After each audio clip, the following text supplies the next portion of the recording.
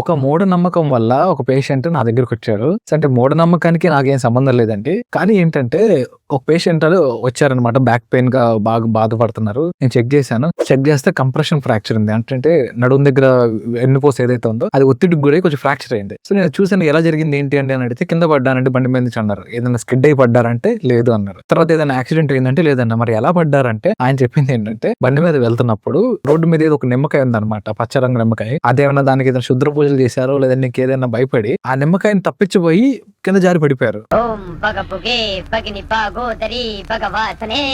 పడిపోగల వెంటనే వెన్నుపూస మీద లోడ్ పడింది. ఆ కంప్రెషన్ ఫ్రాక్చర్ అయింది. సో ఫ్రాక్చర్ ఉన్నప్పుడు మనం ఏ ట్రీట్మెంట్ చేయమండి, బెడ్ రెస్ట్ సజెస్ట్ చేస్తాము. నేనేం ట్రీట్మెంట్ చేయలేదు, పంపించాను. వెళ్తున్నప్పుడు నేను ఆయనకి క్లియర్ చెప్పాను, అండి చిన్న చిన్న వాటికి భయపడితే మీకు అది ప్రాణానికి ప్రమాదం అవుతుంది కదా, సో కొద్దిగా జాగ్రత్తగా చూసుకోండి అని ఒక 15 నిమిషాలు 20 నిమిషాలు ఆయనకి నేను కొంచెం మోటివేట్ చేద్దాం అన్నట్టు క్లియర్ గా చెప్పాను. మొత్తం విన్నాడు.